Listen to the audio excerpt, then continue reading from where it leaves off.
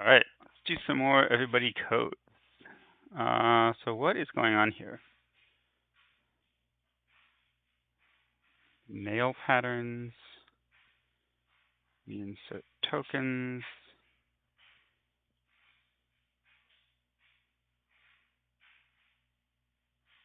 Left to right.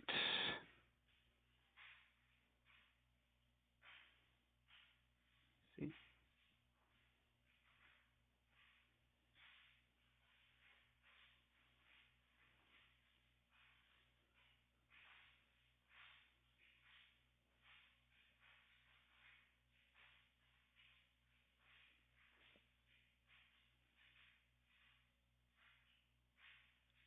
Okay.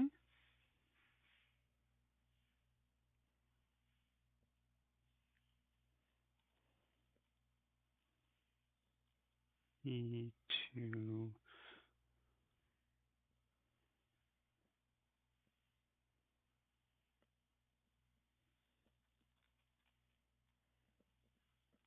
Okay. Total number of coins.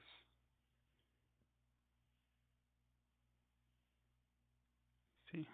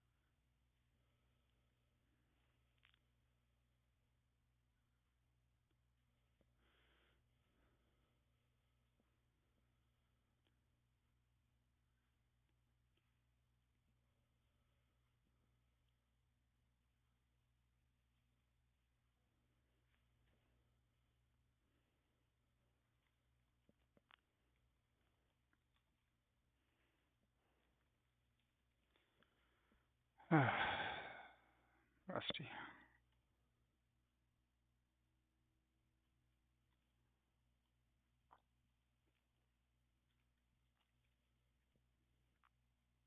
The 8.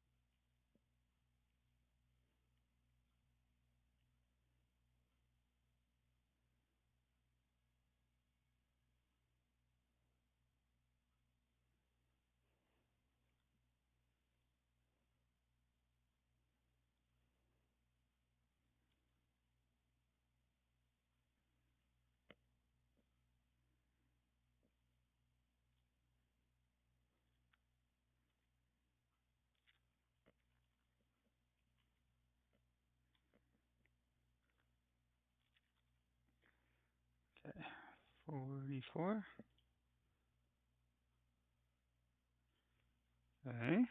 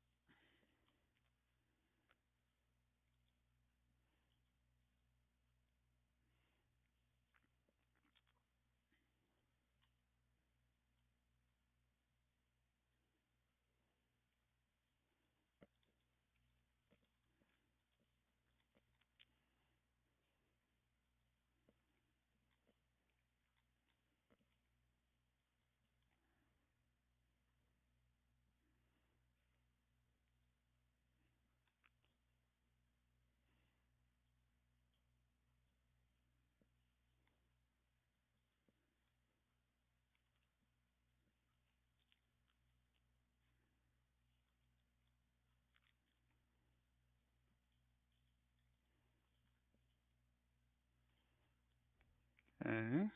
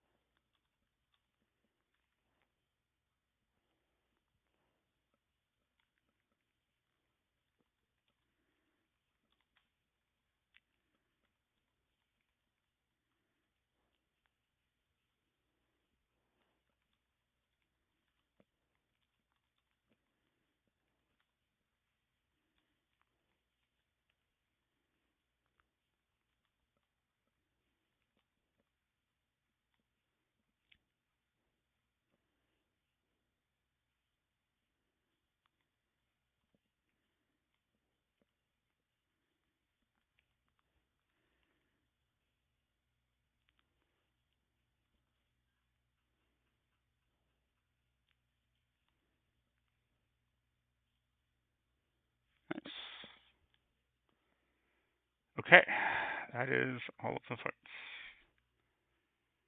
So what was going on here? So we're given this grid of stars and dots, and these tokens, which are sort of instructions for how to walk through the grid. And so the idea is you can drop a token on any of the stars in the front row, and whenever it hits a star, it like looks up the next direction to move according to this list of instructions. And so it sort of bounces through the grid like that.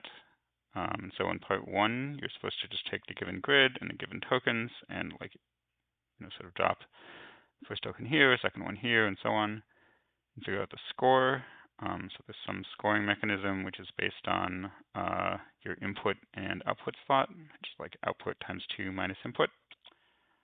Part 2 is almost the same, except you get to pick which slot to toss tokens into, and you always toss, you just want to drop the token into the score maximizing slot. So fine, use TriMul. And then part 3 is the same, except you want to compute the minimum and maximum score that you can get from these tokens, and also you can only use each slot once. So part 3 has a little bit of, okay, so how does this code work? So first we do some parsing. And then we simulate dropping each token into each slot. So this is like the simulation code. So go through the token, figure out list of instructions, and then just like walk through the grid. So we always start at row 0. We start at some arbitrary column. This is where I'm using the fact that you can drop it into any star column. It's like guaranteed by the problem statement that these are just all the even columns. And this is like what instruction we're on, like within that string of lefts and rights. So while we haven't hit the bottom of the grid, if we're at a star square, then we need to move left or right. And it says that if you can bounce off the wall, basically if you try to go right on the right edge, you just go left instead. So if it says go left, except if we hit a wall, then we'd have to go right, and otherwise go right. And if we hit a wall, then we have to go left. And we always go down a row. So if we're not at a star square, we just like fall down. This logic happens.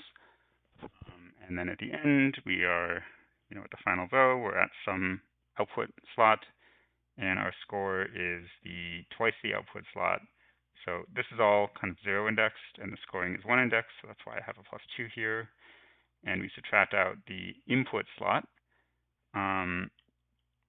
So again, this is sort of correcting for my indexing, right? I'm giving the column, but actually the index slots are like